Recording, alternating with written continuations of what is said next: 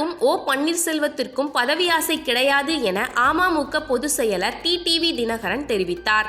மக்களவைத் தேர்தலையொட்டி மதுரை தனிச்சியத்தில் பிரச்சாரத்தில் ஈடுபட்டார்.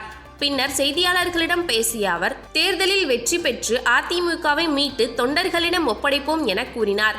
ஜெயலலிதாவின் மறைவுக்கு பிறகு ஊழல் செய்து கொள்ளையடித்தவர்தான் எடப்பாடி பழனிசாமி என விமர்சித்த தினகரன், வல்லவனுக்கு புல்லும் ஆயுதம் என்பதைப் போல எங்களுக்கு கிடைத்துள்ள குக்கர் சின்னத்தில் போட்டியிட்டு வெற்றி பெற்று காட்டுவோம் என நம்பிக்கை தெரிவித்தார்.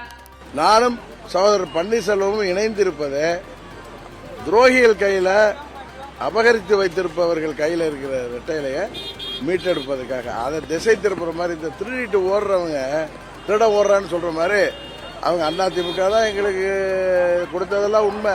நீங்க எங்களுக்கு அதிமுக இருக்கக்கூடாதுன்னு நீங்க தப்பு பண்றதுக்கும் ஊழல் பண்றதுக்கும் துரோகம் பண்றதுக்கும் தட்டி கேட்போங்கிறதுக்கு தானே எங்களை வெளியேற்றுறீங்க. உங்களிடமிருந்து அந்த இயக்கத்தை நாங்கள் பெற்று தொண்டர்கள் கையில கொடுப்போம். நானோ பன்னீர்செல்வமோ பதவிக்கு அலையில, நீங்கள் தான் அலைஞ்சிட்டு இருக்கீங்கிறத அவங்கள்ட்ட சொல்லுங்க.